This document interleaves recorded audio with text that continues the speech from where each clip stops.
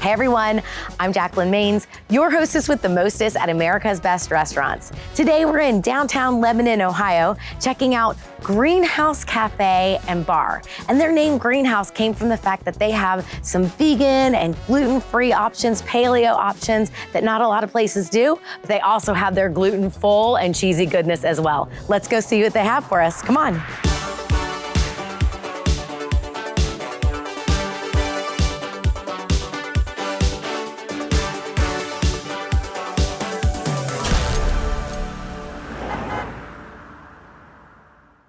All right, so now I'm back in the kitchen with Sam. She is the owner of Greenhouse Cafe and Bar.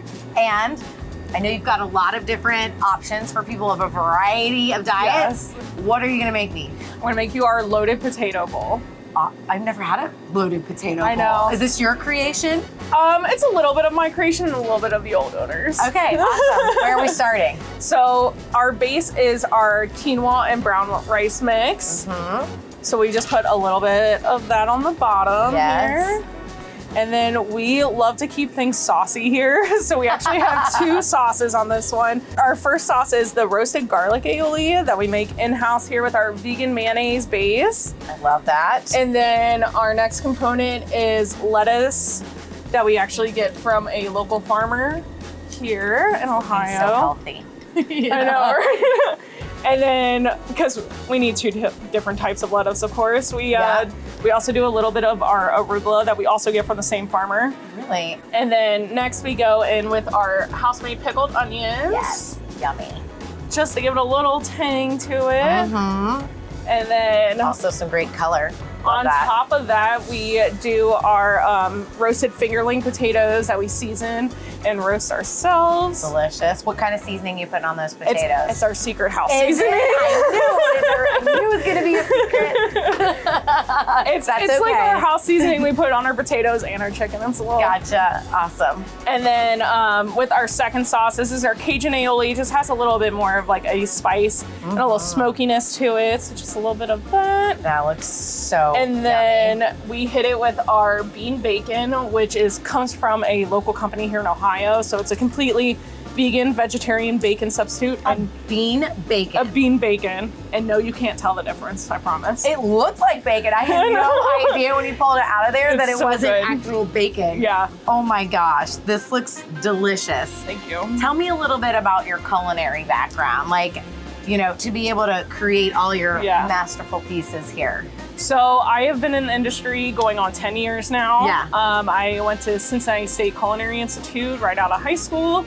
And then after I left there, I kind of worked in some kitchens around and ended up buying here. Had a food truck before this, had taught some cooking classes, and here we are. You've had a lot, you've dabbled in a lot of different areas. I'm really so super curious about this bean bacon. That's something I've never had. It's gonna be big, I know it.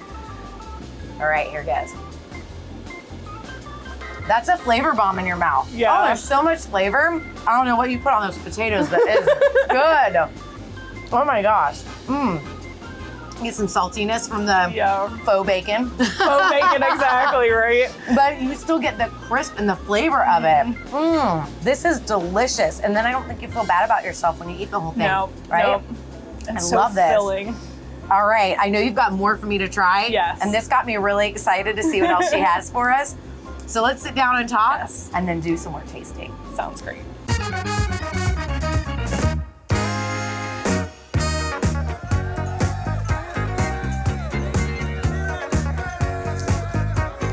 I really want to hear more about your Greenhouse Cafe and Bar journey. So as like going forward? Or? No, I want to hear more about like how you even came to own and just tell me more about, even the changes you made, and we'll dive into that, but tell me more about your journey. So I went to Cincinnati State for culinary school right out of high school, and then worked at a few restaurants around town, and then decided that I wanted to be my own boss. And so I started doing something different. I went out on a limb and started teaching cooking classes, even though public speaking is not my forte. But when you add the food in, it kind of takes away. Yeah, it makes you not as nervous. So because you know food. Yeah. So yeah. So did that. Did adult and kids classes, which was a blast. I loved doing that. Realized that wasn't really what I wanted to do forever. What did you teach? You gotta tell me like some of the things you taught the kids and the adults. So for adults classes, we did anything from like an international series where we did like pierogies and pad thai. And then we also did like things like sushi and then like comfort food like chicken pot pie and making your own pies and like canning vegetables and things like that. Wow. And then with kids, it was all about making food fun. Sure, for sure. So we made like our own Pop-Tarts from scratch. We did candy aquariums, which were always a hit. I'm sure. We did like things like taco cups. It was great. Just to get kids more in tune with their food, because kids are always picky, and I feel like once they get to make it themselves, they're a little more in tune to like try things. For sure, they're more invested that way. Yeah, exactly. And then from there, COVID happened, and because I couldn't teach cooking classes anymore, I was kind of stuck. So we decided to open a food truck at the farmer's market that I taught my classes at, and it was just kind of a great transition. We did a lot of farm to table, like all our vegetables were grown like 100 feet behind the trailer, which was talk about fresh. Yeah, as fresh can be. Yeah. And I always wanted to make that connection with people and their food and their farmers, because a lot of people don't know where their food comes from nowadays. Right, you're right. And I think that's really important, especially with what goes into a lot of processed food and things like that. So that's what we made the transition to. And then it kind of came up. I never thought I was going to own a restaurant. And then this place came up for sale, and I'm from Lebanon. So it just kind of felt like a natural transition. And I bought the place from the previous owner about 1.5 years ago. And here we are. I've made a few changes, just kind of bringing a little more flavor into everything, just amping it up just a little bit. Yeah. We brought on like our bakery case items, which weren't a thing before, and there was a bit of crazy hit. I don't doubt it. Yeah. I personally am not gluten-free or have any intolerances by any means, but I realize the importance of it and how little places that like people can't eat at because of all their allergies and things like that. And they're just so limited too. Yeah. Like usually you show up and it's like, I can have one thing. Right. And but here, totally not the case. I love when people come in here and they're like, oh, I can't just have a salad. Like I can have a sandwich. I can have all these things. And I'm like, yeah, absolutely. Like that's what we cater to. And especially being in Lebanon, there's not a lot around this area that caters to that type of diet at all. So that's wonderful. Yeah. So tell me what's in front of us here. We've got a lot of delicious looking drinks and food. So food-wise, we have our greenhouse melt, which is actually on gluten-free bread for you. And then we have our current pasta salad, which is a pesto pasta salad that has like olives and tomato and red onion in it. Yum, that sounds delightful. I'm gonna let you tell me about the drinks while I dive into this bad boy over here. It's calling my name. So drinks wise, this is our espresso martini. We do it a little bit differently. We have like bourbon cream in ours, and we make ours from our cold brew concentrate that's made with a local coffee roaster, Seven Hills. And then we have our avocado margarita, which I know sounds so weird. That is a unique concept. It is so good. You don't taste avocado at all. It's really more for the texture. It's so creamy, and on a hot day like today, it's perfect. This is a delicious sandwich. And the bread was so nice and crisp too. I taste like there's a little bit of sweetness. So that is our apricot mustard. Okay. Yeah. Yeah, that is a good hit. You were talking, I'm over here like crunch. It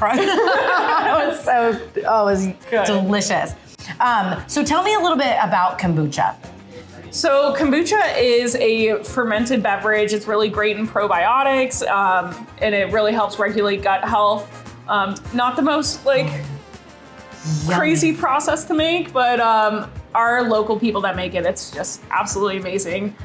And that is a great job. So good. It is. And I think also because it almost like, because Prosecco can sometimes be a little sweet. Yeah. And it takes the sweet down. And for me, like that is a perfect combination. Yeah. Yeah. And you've got a little bit of tartness in there too. Yes. Yummy. And it's always changing. This is a new move. I'm gonna be like, forget the orange juice. Give me, I want kombucha. Please. Oh, that is delicious. Yum. Okay, I have to definitely. Yes, you definitely have to try. So whose recipe? Like, who thought, we should put avocado in our margarita? So that was actually the old owner, Lindsay. Yeah. She made the avocado margarita, and when I first took over, I was definitely really hesitant. I was like, avocado in a drink just is not my thing, but it is. That's so like dessert. It's so good. Oh my gosh, without being too sweet. Almost tastes like a sorbet-ish. Yeah, that's actually like a perfect way to describe it. Oh, dang, that's good. That's refreshing. So did you come up with the kombucha one? No, that was actually her too. The one that I have come up most recently is our espresso martini. With that? Yeah. Okay. Yeah. And tell me, what is in this one again? So this one has Kettle One vodka, Buffalo Trace bourbon cream, cold brew concentrate, and just a touch of simple syrup. Okay. So it is definitely on the more like sweeter side. So if you're not super into espresso martinis, I think this is a great starter. Like if you're trying, can ease your way into it. Because some of them, they're just so bitter. And this, I get told all the time that this is drinkable. So. Gotcha. You got the perfect combination over there. Yep. Awesome. I'm gonna dive into this bad boy one more time. And cheers first. Yes. Cheers. Well, folks, this is Greenhouse Cafe and Bar. The only thing missing is you. I'm Jacalyn Maines, your hostess with the mostest at ABR. And until next time, where we show you where the best local eats are. Bye, everyone.